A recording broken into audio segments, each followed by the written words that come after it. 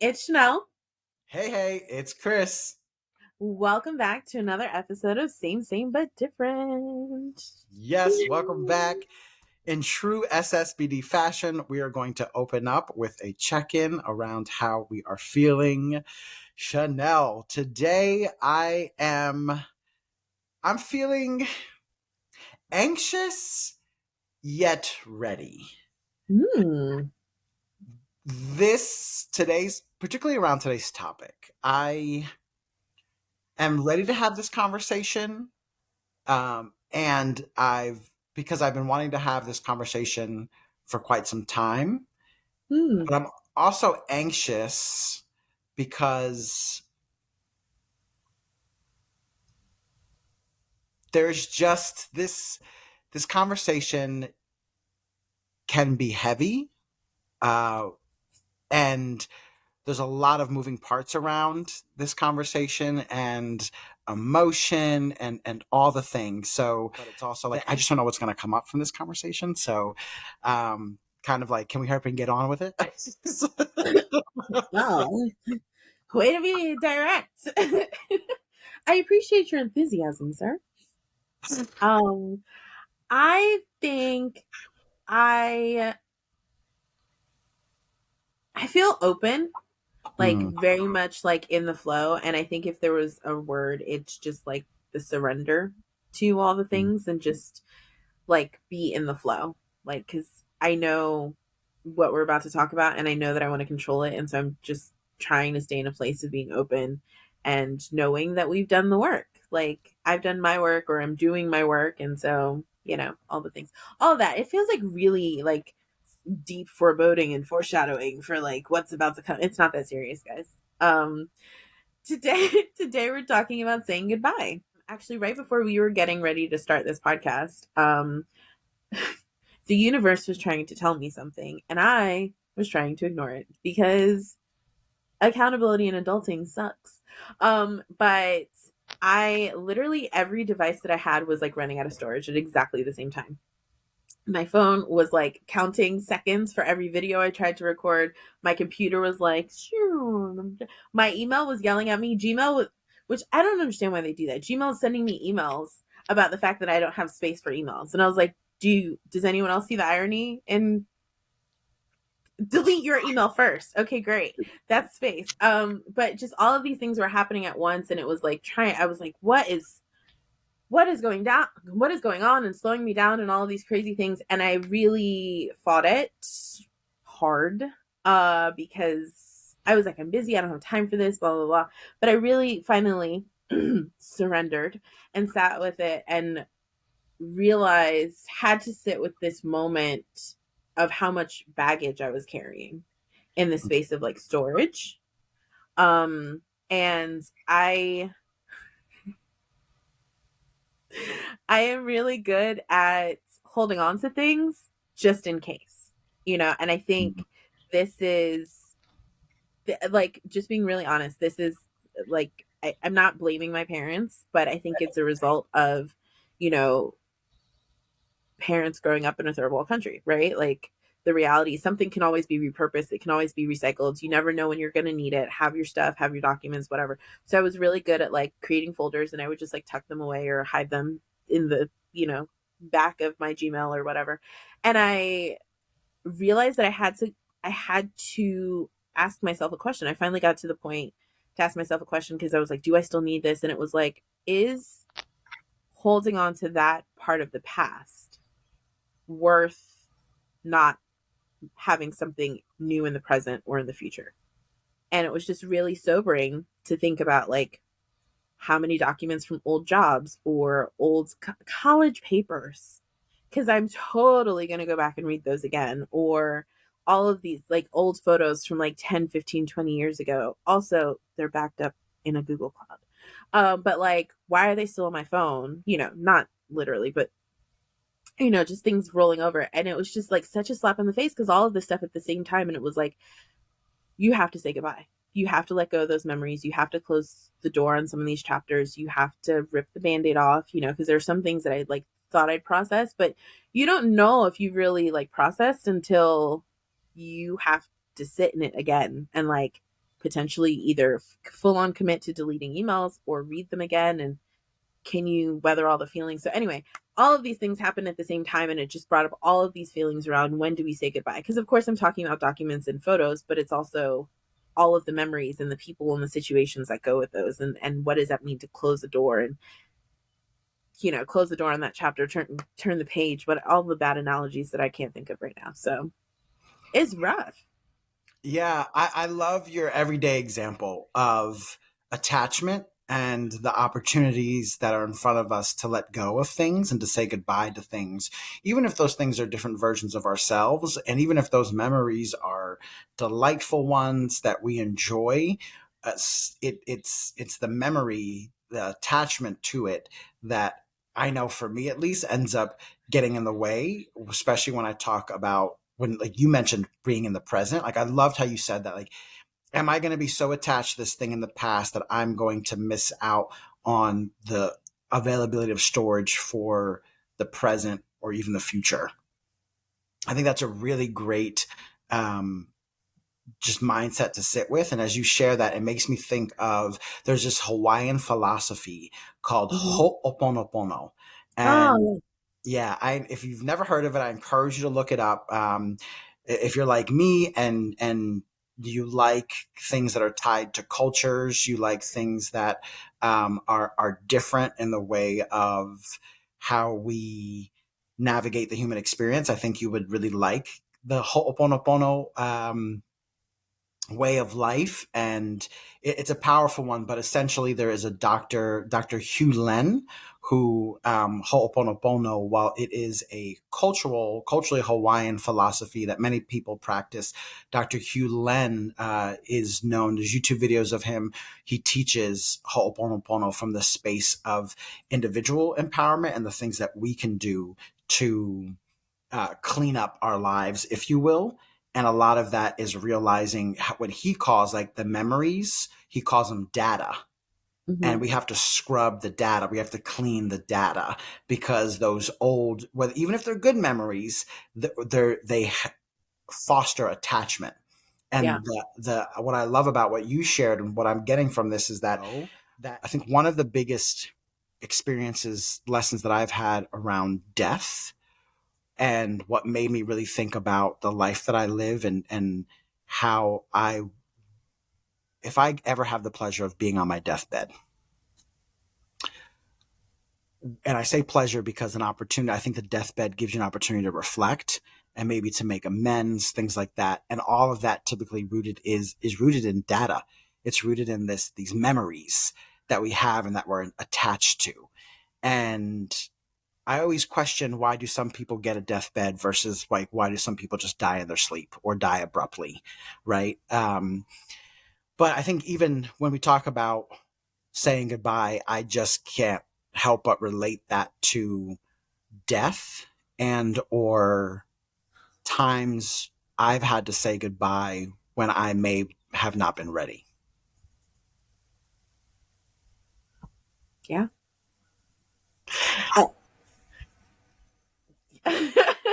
Yeah, I mean, I definitely agree. I think it's really hard. I think one of the really interesting things for me, even as you say that, like, is understanding what the root of that is for me. Like, and a big part of that is just the fear, right? So whether it's something as, kind of mundane or run of the mill, it felt like a conspiracy when all of my devices were doing it at the same time, but like as running out of space and data. But my fear and understanding that it's literally a fear that I will forget, or I think for like paperwork and stuff, it's always like, oh, that I'll need it, or an email that I'll need receipts or something, especially, maybe one day I'll write a memoir or something and need to prove how ridiculous the stories of the past were. But like, it's the fear, like the things, especially the sweet special things, it's the fear that I will forget them,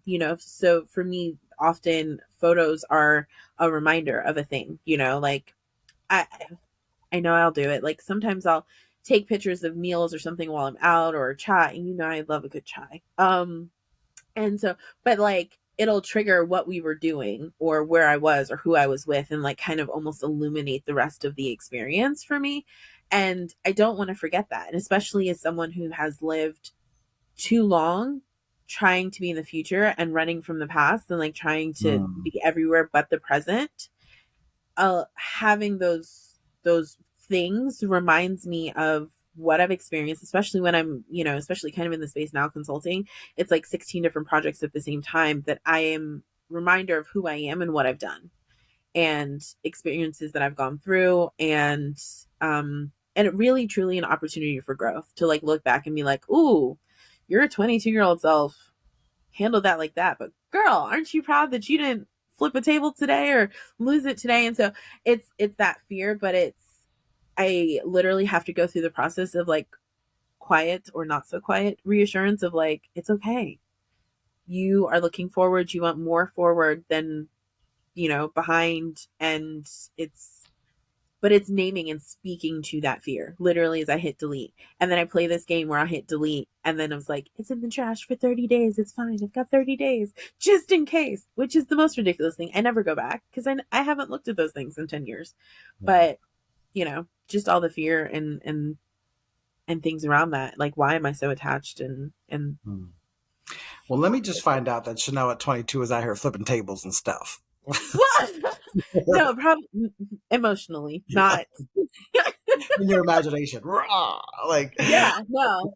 I'm sure there's some people that I was in a room with that were like, your energy and your face and your tone. right. Actually, I totally had a friend, that told me, I think a year or two afterwards, it was like there was a period where you would get really upset with us, and you would give us this look. We talked about it. You would give us this look, and it literally felt like you were cutting our souls. And I was like, "Don't be dramatic." And they were like, but then I mean, I had to sit with that, right? That accountability. And there was like 3 seconds where I was like, ha ha ha ha ha ha. And then I was like, is that really the experience you want to leave people with? Like, there's a range of emotions, but yeah, no, not flipping tables physically, but apparently all sorts of damage emotionally, which, you just try to like leave less carnage in your wake and be more intentional and get to the heart of things and, whatever. Anyway, Well, I'm now, so glad for growth, and I'm sorry to whoever I hurt.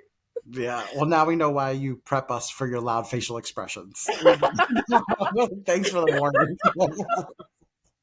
It's coming, guys. Oh, yeah. No, I love that. And I think that, just the layers of attachment in that, it just makes me think of in my life, I've had these experiences where I did have lots of growth and it was empowering. And this one particular, there was a relationship around it, which kind of stabilized all those other experiences of growth and empowerment for about 6 years of my life. Six Okay. very important years of my life because I was looking for that. I was open to it. Mhm. I was, done with my 20s and I'm, in my early 30s and I'm questioning lots of things and the meaning to life and my place in this world. And so being a part of a relationship that was rooted in growth and empowerment was very pivotal for me at that time. And then that relationship was just done without any closure. And that was, while that's happened to me before in my younger years, I wasn't as attached to it. I just didn't care as much. It was very much embracing of like, oh, people are like seasons, they come and go, but this one particular relationship, it was really hard. It was really hard because this idea of, I found myself missing this person a lot. And you've shared this before, and I've heard it in other scenarios too. When we miss people, we don't actually miss them. We miss who we got to be when we were with them. And that, the psychology behind that, and just even that perspective was hurtful the first time that I heard it. And I was just like, I want to know more about the science behind this and how the human condition and the brain works around this, because I'm pretty sure I missed that person. And when I sat with it, I'm like, yeah, actually a big part of it was who I got to be when I was with that person. It was the growth, it was the empowerment, it was the roles, the access, like it was so much of that. And now that this person's not in my life, the only reason I don't have that is because of me. No one wants your truth today, sir. Are we plucking some chords here? I don't know what you're talking about. Stay in your corner. Um, no, I mean it's ah, I'm salty because there's just no deniability. There's no wiggle room. There's no misinterpretation in that. Mm. It is it's me, and you say it all the time because I say so, and I love when you say that and I feel empowered, and I hate when you say that and I don't, and this is one of those moments. Maybe I don't. Okay, great, thank you. um but it's that like uncomfortable to motivate you. I think I'm supposed to say thank you. So No, no, don't thank me. No, it's okay. It's, no, no, no, no, that's, no, not me. no. No, but I mean, I get where you're coming from. I get those feelings and emotions of like, ugh, why does that make logical sense? But also like, F you, in the same breath. It's just like that, right? Like I felt that before. I felt that, because I had shed some tears for the loss of this relationship, and I've invested so much time and emotional and mental brain power around like what happened, why don't I deserve closure, and wanting that closure from them so bad when I had to just sit with, I have to give myself closure. And here's the irony for me. Can Most you of explain those, that? How do you do that? Sorry, go ahead. well, Sorry, my bad. no, good point. I mean, and I'm still working through that because most of these lessons around like wanting closure and not feeling it just unfair. Like I felt like my inner child was just like, this just isn't fair. Like, why don't I get closure? Why did it happen in this way? Why don't they respond? You know, wanting wanting that closure. It's the irony is as some time went by, I reached out and I got a response for the first time in a long time. And I just remember breaking down and just crying and like so happy to get a response. And then we set something up, to reconnect. And I felt good about it. But then when I just sat with it, I'm like, I can't go back. Is this going to be what is this going to be like now? What works before doesn't work for me anymore. And do I really want this? It was, this, I focused so much on wanting this closure. And what if this person wants to reconnect and I'm just looking for closure, Yeah. and where do we go from here? So it's interesting because much like this attachment to storage or things that are memories on our computers or our devices, you know, you can put it in the trash bin and then, have 30 days to reconcile, then it's gone, right? But it's that limbo area of like until it's gone, there's still this lingering what if. Yeah. There's yeah. There's such a what if. I mean, I think I'm in a similar situation.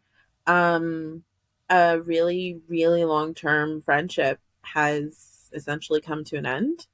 And I it almost felt like free falling, because this relationship had been so fundamental to my life, like most of my life with this relationship. And in like the grasping, I think of it, I often talk about rabbit holes, but I think of like falling down, Alice in Wonderland, like just trying to like grasp at anything on the way down. And it was like, what does this feel like? And it was so many weird feelings of like, it kind of feels like when someone dies, but I can see this person, but it's broken, but it looks the same, but it's not, but like, and just all of the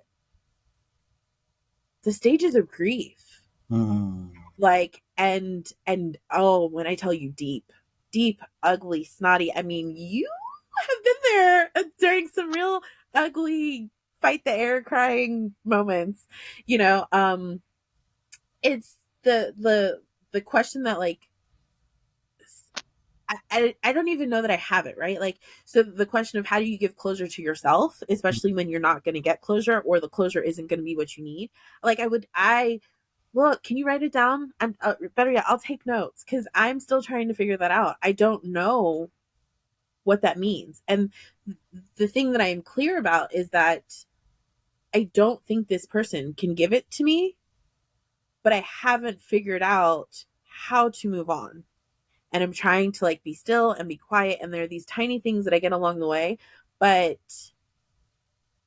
a lot of the time, it just feels like kind of going in circles.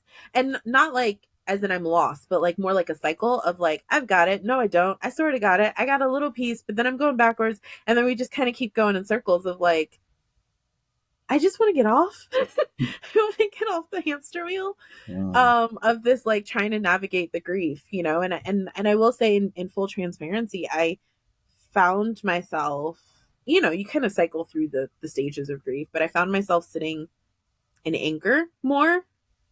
And then because I'm dynamic and complex, I got mad at myself that I was angry over this thing that I couldn't figure out, because layering anger on top of anger definitely gets you to an effective, healthy solution.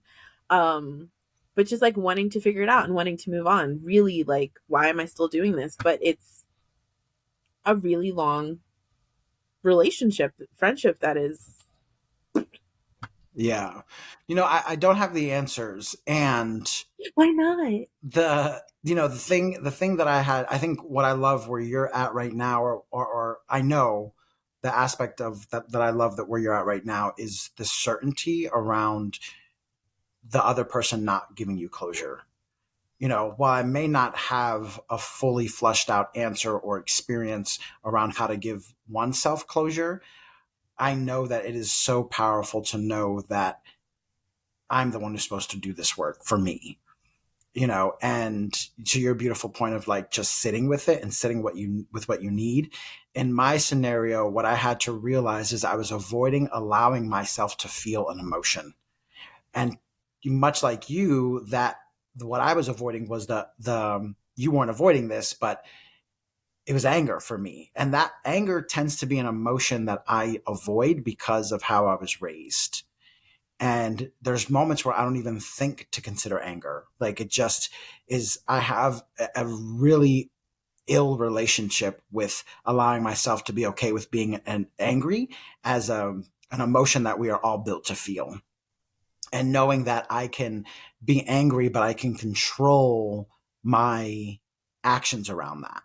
Yeah. And I think that's the biggest thing of why I don't allow myself to experience anger is for a fear of not being able to control that, but just knowing that I could be sitting on my couch just angry, and much like you used, fighting the air, right, fighting my pillow, but allowing that feeling to come up and to expel it in a way that actually works, right. And I do tend to realize for myself is that I want to, because I'm avoiding that anger, it eventually is going to come out. And I have to be really careful because once I'm in that conversation with this person and wanting closure, what I'm going to want to express is how hurt and I felt by not getting closure and being dismissed, or feeling like I was being dismissed. And I'm going to want that person to know, like, how angry I was. And even when I think about it, how angry it makes me, but it's why do I want that for that other person? What am I trying to get out of that versus like acknowledging for me that that made me angry? Why isn't that enough? I feel like you don't know how common an experience is until you talk about it, right? And so I'm now wondering like, is this a cultural thing for us to not be angry? You Mm. know, and I know that there's layers for me as like being perceived as like an angry black woman, or just hostile, and what, like, all of that definitely plays into it. But even the space for myself, I think I intellectualized anger to your point of feeling, which you and my therapist can go sit in a corner together. But like, I think it was like, oh, anger tells you that there's something wrong, and like then you move on. Like anger is like almost like a pass through emotion in my intellectual brain. And the fact that I am still sitting in anger and I'm like, no, we went through that. Like we hello, we see the danger. We know that there's something wrong. You can turn off. Like, let's process. And the fact that I'm still in it, and it's not like consistent. It's not like, every day I wake up angry, but like there are these moments where I think about things, about the how things ended, or dynamics of the relationships, or even just like wanting to go pick up a phone and, like, because you forget certain things and be like, oh, this would be great, and then just get angry. Why is this a cultural thing? Like, are we not allowed to be angry? Well, and I wonder if it is because how I hear you saying culture, I wonder if you're meaning that based on heritage, Ah, right? And I would say yes, this probably is connected to heritage and or race, but also I want to acknowledge the culture of growing up in broken homes.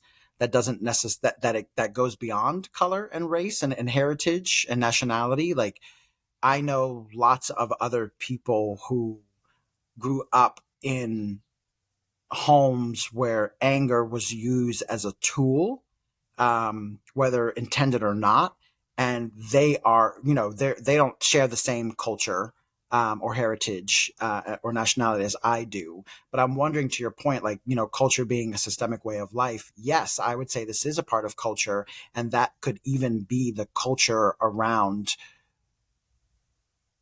emotions and anger and how we grew up. It doesn't necessarily have to be connected to race or heritage, but I just think that there are, I mean, largely in our society we are raised with three primary feelings, and there's no depth beyond those: happy, mad, sad, right? Like yeah, where do we, and I think that's the thing for me, is I'm learning that I have to, break out the feelings wheel and say, okay, well, if I'm angry, if that's one of our primary emotions, anger, what really is driving that deep emotion? How do I go a little bit deeper? Is it frustration? Frustration seems a little too surface. I need to go a little bit deeper, yeah, right? And like, I'm angry because I'm sad.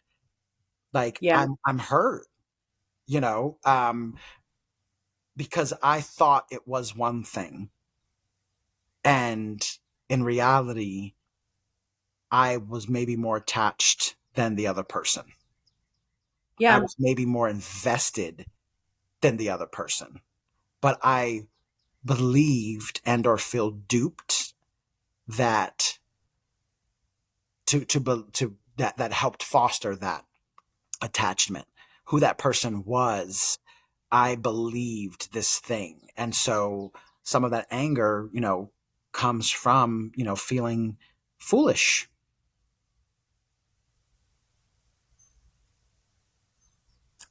yep. Uh, yeah. I mean, I think it's hard. So in my scenario, I think I feel disrespected and betrayed and, to an extent, foolish. And I think the biggest thing is like surprised, right? Like it's the confusion for me that keeps me stuck. That, like, how did we end up here? That's not who you ever were. And how did we end up here? And just the layers of the saying goodbye. And I think it's very different for me than even having lost certain family members, like, because I could still call, because that is still a viable option. How do we now process this? And it's, I think, in doing this work and sitting and trying to understand it and process and heal, it's understanding how much of this is about me. And I think I would have always told you it's about me, and like, what is my responsibility, and what could I've done differently, and what could I contribute, or what do I contribute, and all of these sorts of things. But I'm also understanding on a more, going deeper, that it is grieving what I thought we had. It is grieving the future that I hoped we had. It is grieving who I got to be with you. And when you really care about somebody, grieving seeing you and doing life with you, and no longer having that experience. And so there's just so much more nuance and layers to it. And it feels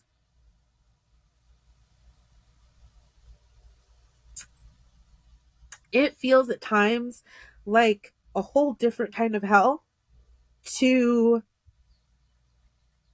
uncover a new level of grief, to think about healing this other thing, like, and I just don't think we talk about what that even looks like. We definitely don't talk about grief, but we don't talk about healing, it seems. And when we do talk about it, okay, there's stages of grief, but even still they're very discreet. There's no space for the complexity or the nuance or the detail that goes into it. And I've seen friends, that have lost people, or even like, I don't even have to talk about other people, just like myself, like, my grandmother, right? Every time Red Wine comes on, like, that will forever be my grandmother's song. And that shows up. Or as I get older, thinking about the future that I will not get to share with her, the lessons that I'm learning. Like, I talked about saltfish fritters in one of our earlier episodes. Like, I figured it out. I Googled it, but I didn't get to do that with her, Hmm. And so it's just, as we talk about this, saying goodbye, it sounds like it happens once. Grief happens once, healing happens once, but it is continuous. And as you grow, your relationship with it changes, and that is a constant evolution and a process that I don't think I was prepared for. Yeah. Well, thank you for sharing that. And just sharing yourself in that. It's always powerful and beautiful to see expression, full expression, and I think you're right. I think we, because of societal norms, cultural, familial, we tend to want to work through something, and then we think that, okay, boom, we've arrived, we come to this point. And I love what you said, because it echoes Tabitha Brown. I recently posted um, something to my story that she had said around healing.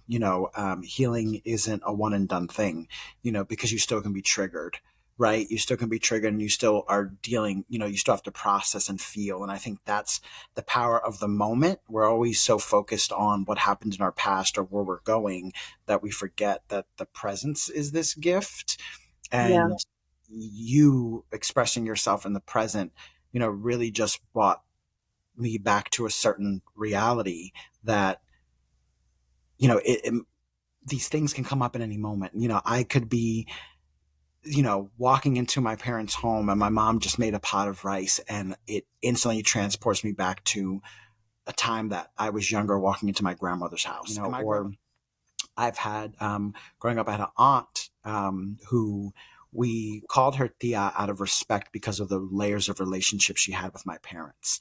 And while she wasn't actual a blood aunt, she was more an aunt to me than, most of my blood aunts. And that's not any shade to them. It's just proximity and growing up and relationships. But this particular aunt, I had no idea that a smell would take me back to her memories. And in this particular case, I had no idea it was this particular plant that she had in her home. So several months ago, I was visiting my sister, and I was in her shower, and she had some plants like hanging that she had cut off, some clippings, and she just hanging in there. And I'm smelling it, and I'm like, oh my God, like, this smells so good. Like, what is it? And she's like, it's eucalyptus. And I'm like, why did I know that? Why did I not know this was eucalyptus? And the smell. And fast forward several months later, I'm at Trader Joe's, and they're selling eucalyptus. So I'm like, oh my God, I'm gonna buy some eucalyptus and put it in my shower, right? And as I'm sitting, in the shower, I all of a sudden I'm thinking of my aunt. And I'm like, why is she coming up? Why is she coming up? And I just keep breathing big and breathing. And I was like, this was the smell in her home. And then when I look back, I always thought these were fake. She used to have these really tall vases that were filled with long branches of fresh eucalyptus. I never thought it was real, but I always smelled it, right? And my only connection to eucalyptus was Vicks Vapor Rub, right? Which growing up. Vicks was everywhere. And I just, I've never smelled fresh eucalyptus on its own, and so that transporting, and for me, it was some really delightful memories, but also like how I'm showing up in the world, there is a missing, because I'm like, man, if my Tia Olga was here and the things to be able to talk to her in from an adult perspective and what she would tell me, there's that missing, and then I tried to lean on to, my spiritual practices and try to, through meditation, like try to tap in and see if I can get some messages, things like that from her. Um, but I say all to say that, what you shared is real, and it is an on the, going back to, our analogies, our sports analogies, it's an on the court, in the game moment that gets to be Mhm. possible when you are being in the gift of presence. Yeah. Yeah. Um, I think it's a gift. And I think, like, who said it? Somebody said it. I'm sure lots of people have said it, honestly. But like the fact that you even feel this deeply and have this much thought shows like how much you cared about the person or whatever the situation. Because I think we say goodbye in lots of different ways. I think it's easiest for us to talk about people, or maybe not easiest, but most emotional, most deeply rooted for us to talk about people. But like you're constantly saying goodbye, right? It's Mhm. either hello or goodbye, Um, and how do we make space for that? I think in okay, so I also like to play Jedi mind tricks with myself in this, and I was like, well, maybe you're just done, right? Reason, season, lifetime. This was a really long season. Um, check, right? Like we did what we were supposed to do. There's a thing that was accomplished, and so I was like, can I celebrate that this is over? Because now I'm like trying to like think my way out of feeling, if I'm being really honest. Yeah. Uh, because I'm good at that, except it's not, right? But I'm trying, like, so it led me down this whole rabbit hole of like, do we ever celebrate an ending of a thing? And is there a way to celebrate? Like, so if a person passes, you have a celebration of life, right? Some funeral celebration of life somewhere in there. There's a celebration of a thing being done, well done, right? But where does that else apply in our relationships? And like, how do we navigate that? And how do we continue to celebrate? Like, what is our perspective on this? Yes, we can be sad, but again, I think there's merit to it. Yes, obviously my motivation was to outthink my feelings, but I do think there's like legit merit to, do we ever just celebrate a thing for being done, or is there always sadness that it's over? I think often we think of things ending, but we celebrate what we're going to, but is there ever just, this is done, period, and Mm. that is worth celebrating?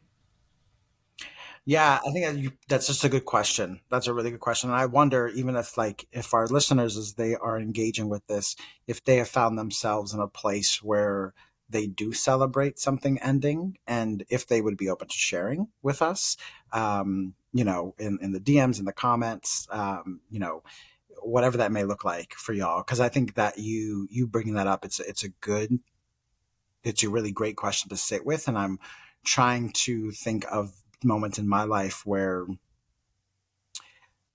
something ending is a good thing. And one thing that comes top of mind, which I don't know if this is going to be favorable, but I'm going to share it because I do think it's a good thing, and everyone else can make up their own minds and thoughts about it. But in college, um, I had the pleasure of meeting many, many wonderful people. And one of those people was a really great friend and brother who could not be any more different. Um, his name was Settler Sykes. And Settler was, blonde hair, blue eyes, born and raised in the South. He had cystic fibrosis. Don't For anyone who doesn't know what cystic fibrosis is, it's also, you might hear it as CF. But cystic fibrosis is a lung disorder that you are born with. So lots of fluid in his lungs, and inevitably it'll be the thing that kills you. And usually, now there are people who are living well into their 50s with CF, and that requires a lot of them as far as like maintaining their health. And so Settler lived longer than he was certainly expected. And while I knew from the moment I knew him, and learned that he had CF, that he was going to pass, his passing shifted my perspective around death forever. And, I think the biggest thing growing up, while people have died, I only ever experienced that from the perspective of like, I'm showing up to the funeral, never being a part of their dying process. Yeah. And being a part of the dying process is a really hard gift to open, if you will. I do remember the first time, he told me that, it's happening, it's coming soon. And he invited me over. He used to love sushi. He's actually the one who got me into eating sushi. And so he invited me over to his parents' home, where he was living. And I brought sushi over, and, I can tell there was something on his mind that he wanted to say, and he was kind of skirting by, and I was just making the concessions for it, keeping the conversation going. And eventually he's just like, so it's going to be happening soon. And, well, I don't know when, it's going to be real soon. And I completely was just in shock, as if I didn't know, right? Like it was going to happen. And I made it about me in that moment. And I was like, I'm not ready for this. And just became He's like, me either. so self-focused. And I had to like take a minute, and I'm like, I'm so sorry. I made that all about me. I can't even begin to imagine how you're feeling. Like, it just was a lot. It was so overwhelming. And so sitting in the hospital for 2 days with his family's dynamics, two other really close friends from college, and just watching him being slowly pumped with morphine, like, until he passed, like, that was a very surreal experience. Sleeping in a car, not showering for 2 days, because it just so happens on the weekend in which he was going to die was also a huge football weekend for Duke University and Chapel Hill. Like, they were rivals, and they were having this game, or football or basketball. I don't want to say it was football. But maybe basketball. I don't know. And so we couldn't get into any hotels. And so the first night we just, slept in the car. The second night we attempted to go into this hotel, and it was a horrific motel experience. We did not stay in the room that we were checked in, and there was just a lot going on. So we happily slept in our car day two. But I think that even in that moment, I found myself laughing, because I'm like, life still goes on. Like, life is still lifing out here while my friend's dying. There's a whole game, like, no one else knows, that this experience is happening. And then seeing varying levels of like his family, much like me, make it about them in that moment, because being able to process feelings and emotions. It was just a really surreal experience. And after it all, literally, we are on, my one friend and I who drove together, we're on our way home, and we see a giant rainbow. And at that point is when he officially passed. And we end up getting a text message like, it's official. Like, they pronounced him dead. And then we see this big old rainbow, and it's just, we were like, it's very mind numbing, and then I come home, and I shower, and I am just like, I need a minute just to soak this in and and I get a call from my mom, and she's like, what are you up to? I was like, I just got home from Chapel Hill. And she's like, okay. She's like, well, my one of my nephew's other grandmother was in the hospital. She's like, she's in the hospital. She has cancer. They don't know how much she has left. And I'm like, what? Like, this, like, that's crazy. She's like, we're all heading to the hospital. She's like, take as much time as you need, but I know, your nephew would love to have you there. And so I got my stuff together, and I went there, and then I just couldn't help but think about, like, what is my nephew going to go through, and how can I use these lessons? Like, for me, there has to be a reason why I'm having these experiences. There has to be lessons. Like, I just don't believe in coincidence. I don't believe in happenstance and the timing of it all, so I found myself very much on the court in the game, trying to discover who I can be for him. And I ended up discovering who I needed to be for myself in all of that. And I'm so grateful for Settler, because not only did he struggle with cystic fibrosis. He struggled with alcoholism, and he is in such a better place. Like, to our earlier conversation of like, when does something ending, when do you become content with something? When I think of Settler, there's so much joy for me in having had to know him, and I was the best man in his wedding, and we've done so many things together, and to know that he is not suffering in the way that he was in this human experience, I can't help but be happy knowing all that he experienced and went through, and with my other nephew's grandma, I mean, the pain that she was in with cancer, it just, yes, while I miss him, absolutely. Do I think of him often? 1000%. Do I ask for him to be with me in certain moments of life? 1000%. Do I feel him even when I don't ask? Yes. You know, um, and those are all powerful. But saying goodbye, to your earlier point, while it can be hard, it is a necessary thing that we do more often than we realize. I think it's a thing that we do more often than we realize, and I don't think that we acknowledge it and make space for it, the fullness of it. And I say this trying to fast track anger and not feel my feelings over here, Mm, but knowing that I've been sitting in this for months, right? And I'm still processing and, still asking questions, and my sweet, sweet therapist still, going through all the things to like try to figure it out. It is a process, but we do it all the time. I think there's degrees to it. You say goodbye when you're leaving from dinner or, leaving for the night, and there's an expectation, like, which actually I'm really surprised we didn't do this and thinking about it, but like the etymology of what it means to say goodbye, right? mm, Like, and the different ways that you say goodbye. There's like this, oh yeah, I'll see you later, bye. But like, there's the almost the expectation, the arrogance that I will get to do, get to say hello again, right? And like, would you say goodbye differently if you knew that that was it? And one of the other things that I was kind of mm. playing around with this is like, would you want to know the end? Would you want to know goodbye was goodbye? Like, would you want to know the end of a thing was coming?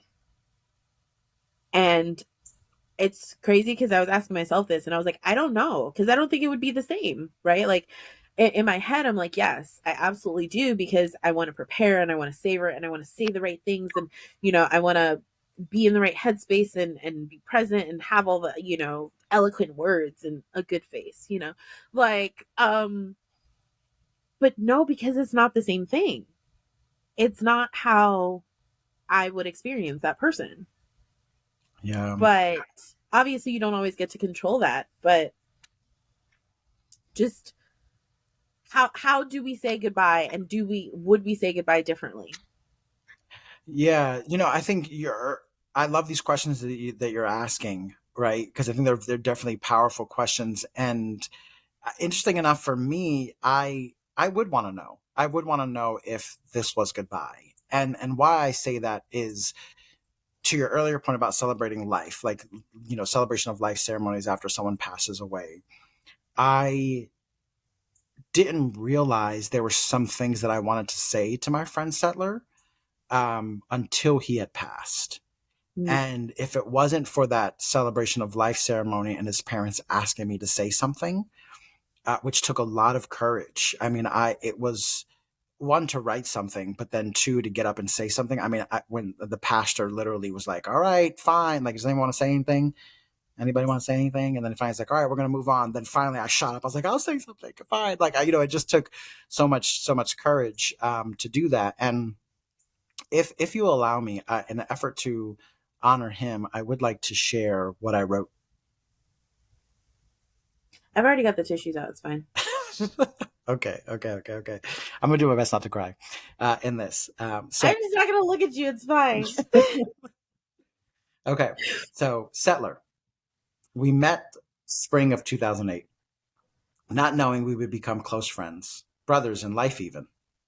Worlds and cultures apart, a Southern man and a Puerto Rican Yankee come together to create one of the most impactful and delicious friendships I've experienced. From RAs to roommates, late night cookings and combos, holidays, weddings, birthdays, oh, and lots of sushi. And of course, sake. We've shared a lifetime of moments, my friend.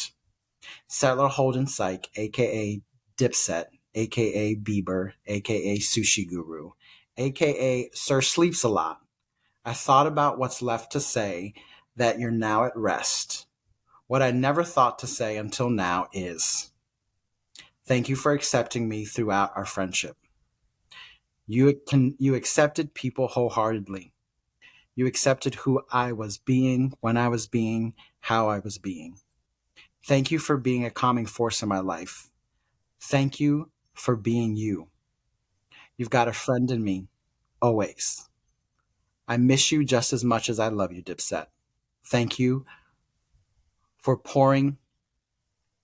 This is something I said to his family, but like, thank you for pouring into Settler. Rest well, my dear friend, until we meet again. And it was just so much of the reflection that wanting to say something, wanting to be succinct, but also just thinking of like, what did I get from my friendship with him? And a lot of it was his grace, his poise, and his willingness just to connect and be, and doing the smallest things, and which included like just doing nothing sometimes, and just that presence is being so powerful. So thanks for letting me share that. Well, thank you for sharing. Period. I think it's beautiful. I think it's a great way, one, to honor him, and then two, for us to have a really tangible example of what one of the many ways in which you can say goodbye. Um, I don't know what I thought I would necessarily feel at the end of this. Like normally I'm like, oh, there's a neat bow on the end of this, and I don't know that that's the case. I want to end on something better than it's hard. um, so I mean, I think it can be a celebration.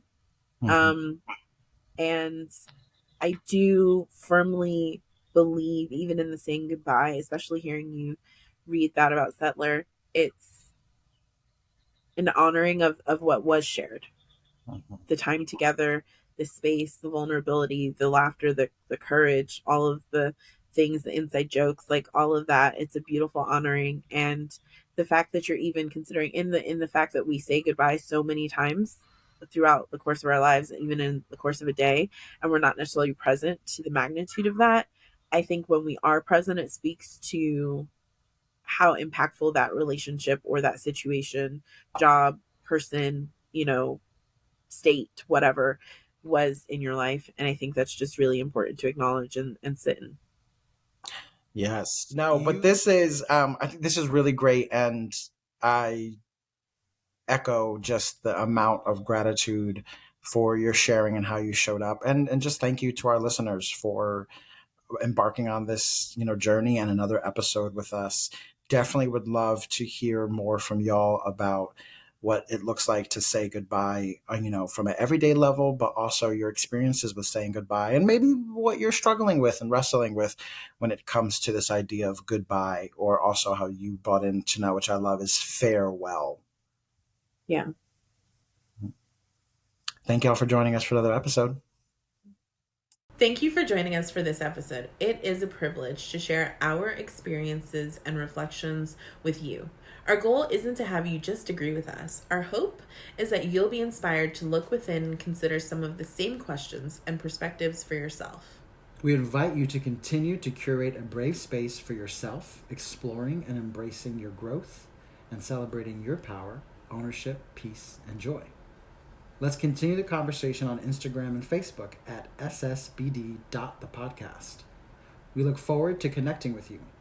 Follow and share the podcast on all major platforms. And if you haven't already, please rate and review the podcast, as that helps us grow.